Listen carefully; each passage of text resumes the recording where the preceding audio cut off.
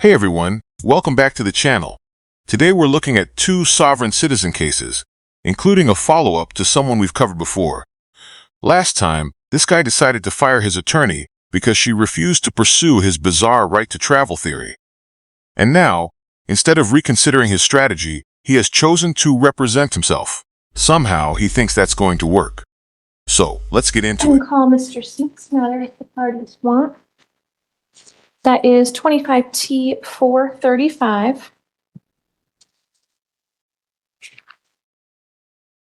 Mr. Smith appears before the court pro se, meaning without an attorney. The last time that we were present, Mr. Smith had sought to relieve court-appointed counsel of her services and did not request new court-appointed counsel, thereby electing to proceed pro se. Mr. Smith, how would you like to proceed in your case? I filed a motion just this morning. I'm not sure if It hasn't been filed with the court yet, meaning they haven't uploaded it yet. Yeah, I hand delivered it just this morning. All right, so we're looking to schedule a motions hearing. Yes. And what type of motion to put the people on notice? Dismissal, On what grounds? violation of constitutional rights. All right, so a constitutional-based motion. Are you alleging a violation of a particular section? Or are you alleging that the statute itself is unconstitutional? It's predominantly the Fifth Amendment, 14th Amendment, in regards to legal counsel and due process. In regards to legal counsel, you fired your attorney at your last appearance. You haven't sought appointment of a new attorney. In what way have your rights been violated there? Well, on September 30th, when I was summoned to court on the court's docket to courtroom 103, I went over the building and was unable to find it until I finally intrigued with the guards who pointed me in the direction of the clerk's office. With that being on the docket as a courtroom, and the possible consequences of failure to appear that comes with more fees, fines, and possible jail time. I'm not sure why that's in the clerk's office where I was isolated behind closed doors without that legal counsel, which was before. So in that instance, you're referring to a different case, not this case, 25R 549. So nothing in relation to that case is going to be referenced in this case. To the extent that you're alleging other violations, though, we'll set your motion for a hearing. Keep in mind that motions deemed to be groundless, frivolous, vexatious, or otherwise contrary to law will not be heard. But I don't have a copy of the motion at this point, so I can't make that determination. We'll set it for a hearing on motions to the extent that any of it relates to this case, not some other case. And let's get a date. Your Honor, I do have paperwork that does say that that is for the 2025R 000549. Right, that's a separate case. This is 25T 435. Okay. Infraction cases operate under a separate set of rules, and those do get heard for first appearance at the court clerk's office. The case that you're before the court on in this courtroom right now is that 25T 435. If you're planning to represent yourself in court, you'd think the first thing you'd know is which case you're actually appearing for. Apparently, that's asking too much here. And seriously, why does it seem like so many sovereign citizens constantly have multiple cases going on at the same time? At some point, you would think they might start keeping track of them. Would have been initially for a first appearance authorized to appear in room 103 for the basis of, not the number 4. So again, we won't be hearing any contentions in relation to anything about the infraction case. I'll let you know as well that people are not entitled to have court-appointed counsel in infraction cases. But again, that's separate and apart from you're entitled to have hired attorneys, but the legislature does not authorize public defender or court-appointed counsel or similar to appear on those. And in addition, the district attorney's office doesn't appear on those cases either. All right, for a hearing on motions in this case, I can set a motions hearing on April 1st at 1:30. Can the parties accept that? That was April 1st. April 1st, Yes, ma'am. 1:30. Yes, ma'am. That is fine. At 1:30. Correct. As it relates to this case, Mr. Smith, again, 25T435, we had some of this conversation last week. I just want to make sure to clarify on the record when the people are present that you are electing to proceed to a motions hearing and moving forward in this case by representing yourself. Is that correct? I'm still in the midst of studying and trying to understand my own rights. So it's a challenge. It definitely is. I'm not going to lie about that. So the representing myself is still, I'm pending it in my stance of everything. Just because I'm in a financial hardship, so finding a free attorney to take the place of a public defender it's almost impossible. Mr. Smith, I want to reiterate that the last time that we were here, you elected to essentially fire court-appointed counsel and proceed by representing yourself. Is that correct? That was because I was under the impression that she was unable to defend me. Unable to ethically file the motion that you sought her to file. Is that correct? According to her. According to her, yeah, I'm sure. And you did not seek an alternative defense counsel to be appointed to you. You elected to proceed without the benefit of an attorney at that time. That doesn't mean that you waive your right forever if you can find an attorney, but you were not requesting alternative defense counsel to be appointed to represent you, correct? No, Your Honor, not from the courts. And is anybody forcing you to decide to, at this point, represent yourself? I feel more pressured into it, yes, Your Honor, In what way? because I don't have the defense of a public defender. You had one, you fired her. So in what way are you being forced to do this? I didn't necessarily fire her, Your Honor. When she refused to even hear me out when I mentioned a few words, that's not, in my understanding, it's not firing her. We I had was a pretty pretty shut down. lengthy hearing on the last court appearance, Mr. Smith. Do you recall that hearing on the 9th of January? Yes, Your Honor. At that time, you no longer wish to have the services of the public defender. Is that correct? Yes, Your Honor. And you did not seek appointment of alternative defense counsel. Is that correct? Not from the courts, Your Honor. So that's correct, yes? Yes, Your Honor. And did anybody force you to do that? No, Your Honor. I still feel pressured into it, though. In what way do you feel pressured? Your Honor, I was under the understanding that I have the right to an attorney, and if I cannot afford one, then one will be provided for me. One was provided for you, correct? Provided for me in the stance that she would not defend me. And you did not request alternative defense counsel to be appointed to represent you, correct? Not from the courts, no. So nobody forced you to make that decision, is that correct? Yes, Your Honor. Was that your own choice? Under coercion, yes, Your Honor. Who coerced you? The pressure from representing myself in this.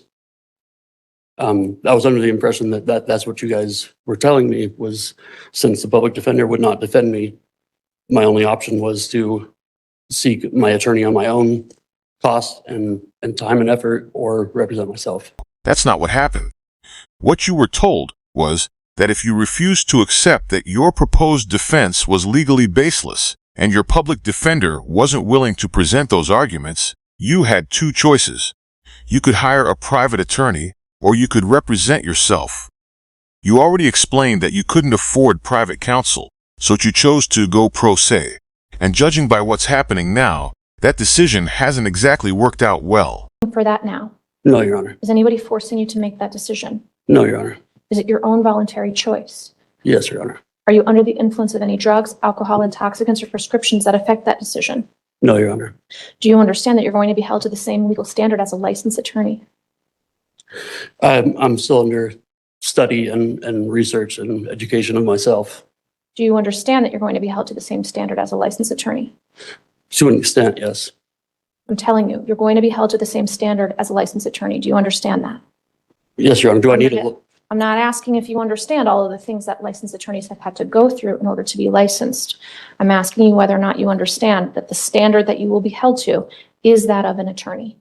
I understand that part, Your Honor. I just don't understand the standards that they are functioning and operating by. And nonetheless, you're not asking for alternative defense counsel to represent you. Is that correct? Not from the courts, Your Honor. I have trust issues now. All right. So you are not seeking to have an attorney represent you, someone who has been trained in this field and is licensed to practice law in the state of Colorado. Correct? On my own accord and effort and time, I am seeking, so. And you retain that right always, but you're not asking the court to appoint someone else No, Your for Honor. you. Is that correct? Yes, Your Honor. And do you understand that the top charge against you is failure to display proof of insurance, which is a class 1 traffic offense? You could be sentenced to up to 1 year in the county jail if convicted, or you could receive a fine of up to $1,000 or both, and that one is a 4-point offense. Do you understand that? Yes, Your Honor. And nonetheless, you're seeking to move forward, at least at this point, without an attorney to represent you. At this point, yes, Your Honor. I'm still seeking on my own accord. But you have filed a motion and you're asking the court to set a motions hearing and you don't have an attorney. So I want to make sure that you are validly waiving your right to counsel before I set this hearing. I'm under the impression that you're telling me that I still have the right to seek an attorney on my own. You do, but by filing this motion and asking for the hearing to be set when you don't have an attorney, then we need to talk about the waiver. It's not binding. You can change your mind. You can hire an attorney. However, at this point, asking to move forward without the benefit of an attorney and asking you to set court time aside for a motions hearing does require a waiver of counsel if that is how you want to proceed. I was not under that understanding at all. No one's here to advocate me as far as legal representation to, So what would you like to do, Mr. Smith? I'd like to move forward with the motion. You want to move forward with the motion? Yes, Your Honor. Despite not having counsel? Yes, Your Honor. And again, just to confirm, is anybody forcing you to do that? No, Your Honor. And you understand the rights that you have. You were appointed an attorney, you relieved that attorney of her services, and you did not request new court-appointed counsel, correct? To an extent, yes. To what extent? It's a yes. Or To my understanding that the public defender denied. Or no, that's wrong again. The public defender clearly explained that she wasn't comfortable presenting your right to travel argument. That meant she would likely have to withdraw so you could find another attorney willing to pursue that strategy. The problem wasn't your lawyer. The problem was that you refused to accept that your legal theory wasn't going anywhere. correct? I do understand that, but I was not the one to initiate the denial. And you did not request new counsel, which you Correct. could have, correct? I'm seeking on my own accord, Your Honor. All right. I do find a knowing, voluntary, and intelligent waiver of counsel. Certainly, Mr. Smith understands the rights that he has to be represented by an attorney. He was appointed an attorney. He did not ask for a new attorney when the services of the public defender were terminated. You retain the right to hire an attorney at your own expense and on your own behalf if you wish, or seek alternative defense counsel. You are not doing so. So at this point, I do find that knowing, voluntary, and intelligent waiver of counsel. We'll schedule a motions hearing on your motion on April 1st at 1:30. Keep in mind that the court cannot accept a letter from someone who is not here to testify or something similar. So if you're seeking to utilize the subpoena power of the state to obtain the appearance at trial of a witness who you may wish to have testify on your behalf, then you can go down to the court clerk's office and have subpoenas issued. And I believe that we already discussed how to get discovery. Is that correct? Yes, Your Honor, I was provided that. All right. So I'll note Mr. Smith believes that he has been provided discovery. I would encourage you, you're not required to speak with the district attorney about the facts of the case, but if you periodically want to inquire of their office whether or not any additional discovery has been provided in your case to make sure that there's that free flow of information, I would encourage you to do so. Anything further for Mr. Smith at this time? Not from the people, Judge. And Mr. Smith, is there anything further at this time? No, Your Honor. All right, so we're going to set that motions hearing as I've stated, and I'll encourage you to be prepared to proceed to the motions hearing. Anything further? No, Your Honor. Anything further, Mr. No, Smith? Your Honor. All right, and I just want to remind you that any allegations brought up in the motion that you filed in 25T435 that relate to the infraction case, which was that 25R 549, any of those issues will not be heard. Any rights that you may have from that case are separate and apart from anything in relation to this case. All right, we'll see you on April 1st. All right, that's where this hearing ends. He still has another hearing and a jury trial coming up over the next few months, so we'll see what happens next. Now let's move over to Indiana, where we have another sovereign citizen who somehow believes his interpretation of the law matters more than the actual court.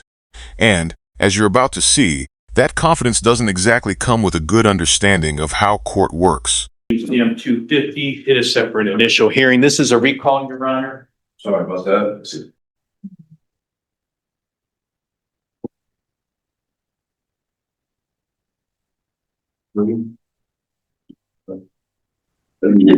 No, exactly. It's about your rights. I know my rights. I don't need an attorney. Thank you. Right, Ms. Matlin, you are here today for an initial hearing. Tender to the court is, has been filed, notice living man, declaration of status. Those are signed by you and have been entered. There's also an affidavit of truth that is unsigned. And so anyway, we're here for an initial hearing and to make sure that you understand your charges. What is your date of birth? I do not understand. I am here on a special appearance of Thomas Maitland in all caps letters on a special appearance of the case number of 46D04-2602-CM-0250. Correct. But I need to tell you what you're charged with in this case. So first of all, how old are you? I'm 29. All right. What's your birthday? You guys should already know that, correct, or no? No, I don't. I don't know what your I don't birthday is. understand. I don't understand. I just need you to tell me, Here's the court. problem. If we don't know who you are, there'll be a warrant issued for your arrest. So we're trying to get past that level. Okay. Okay, so state, Then you didn't get these papers. I'm gonna give them to you. okay, so let's back up. My job is to make sure you understand what you're charged with. I have what you filed, and that's made a matter of record. What is your date of birth? Well, you know what? Let me see here. I'm. Okay, hold on. I do have it. Is your birth date 9/6 and you're 29 years old? Is that correct?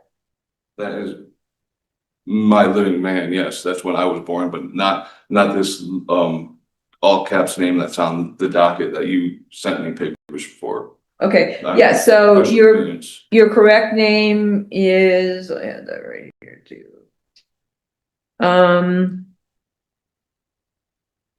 Well, you signed it, Bo Matlin, what you entered into the court. Yeah, but not in all caps. Okay, all right, that's noted for the record. We have an address of 1 Michigan, and is that where you live? I do not. Okay, where do you live? That's me, my person, not this all caps name. Okay, I understand that. We made a record of that, so that's not a problem. Okay, But what I need to know is if that's where you live in Galeen, 110 Eastern. No, That's not where you live? that's where the physical man lives, not the all caps. Well, the issue here is pretty straightforward. The name written in all capital letters is still referring to you. That's your legal identity. And more importantly, this is the jurisdiction where you actually live. Changing capitalization or pretending the name belongs to some separate entity doesn't magically change reality. But you can be properly notified of things that are going on in this court. So what is your address? Is that where Your Honor, you Your live? Honor and the prosecutor have taken an oath of office, correct? Okay, this is not your time to ask. So, okay, so we have to make sure that we go through the right procedure. You filed all that, so I understand where you're coming from, so to speak. But what I need to do, I have a job, and I would be not upholding my job and what I am sworn to do if I did not inform you of these things. So I need to know if you live at 1 Michigan. That Okay. the living man does. Not, Okay, the not living all man lives caps. there, correct? Not the all caps. There's two different. Right, no, the living man lives there in Galeen, correct? At that address? I don't understand. All right, when you go home tonight, where are you gonna sleep? Are you gonna sleep at this address, 110 in Galena, Michigan? That's where I reside, but that's not where Right. this corporation of my all caps name is. Okay, so we've got that's where you live, so to speak.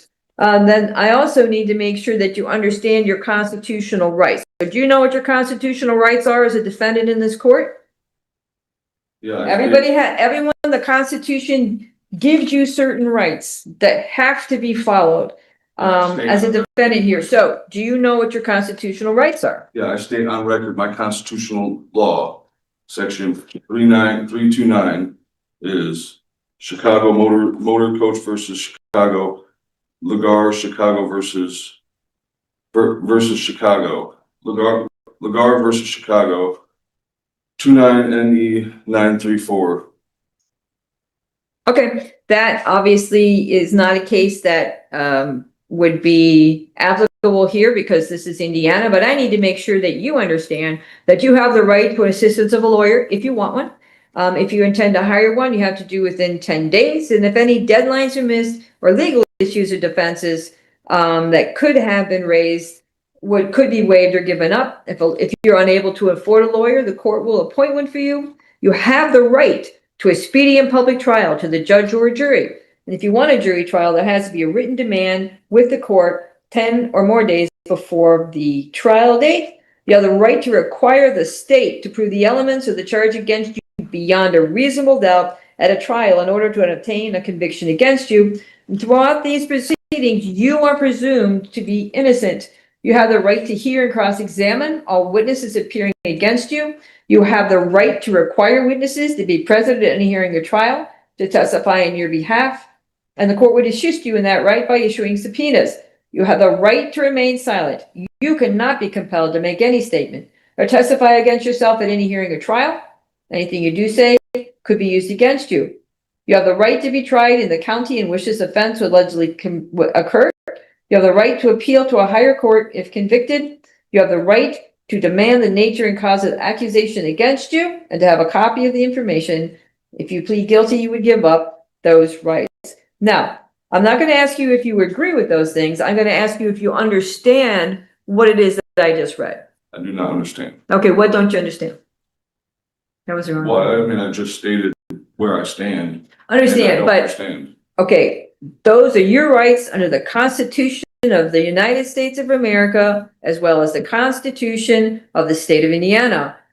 I am not going to ask you if you agree to them. I'm not going to ask you if you think they apply to you. I just want to make sure you understand those are your rights, if you choose to accept them or not. Those are your rights in this country, in this state. Do you understand that? I do not. At this point, I've learned that sovereign citizens can struggle with some very basic concepts, including the law, legal representation, and the difference between an argument and an actual legal defense.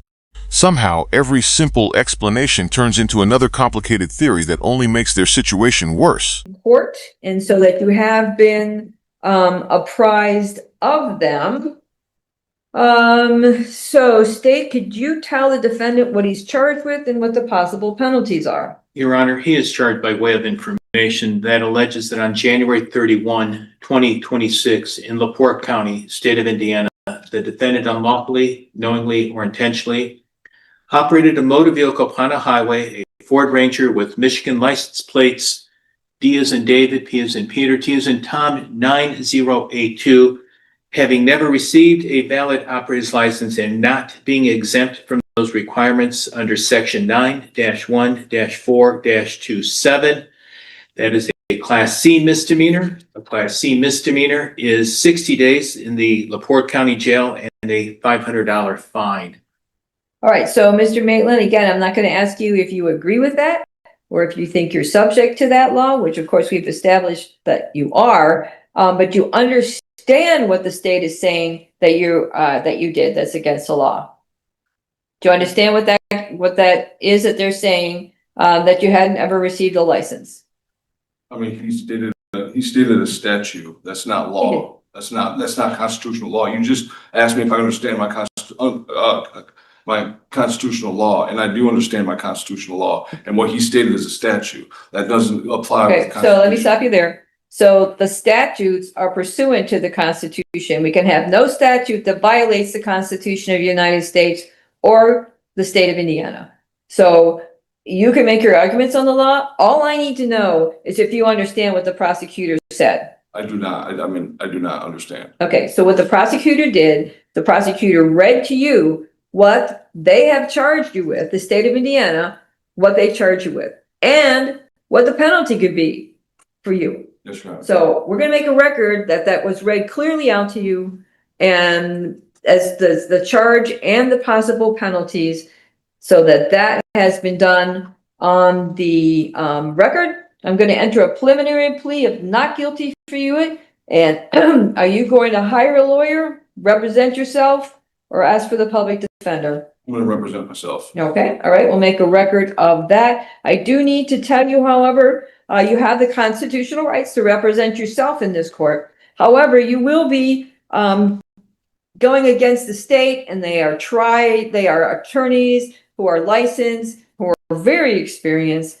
who understand the law backwards and forwards. I just need to make sure that you've heard me say that and that you understand that. But it is your right to represent yourself. So we'll make a record of that. And we're going to reset your case to, as given about, I have a record to show that I don't understand the statutes that the state is putting upon me, and I don't understand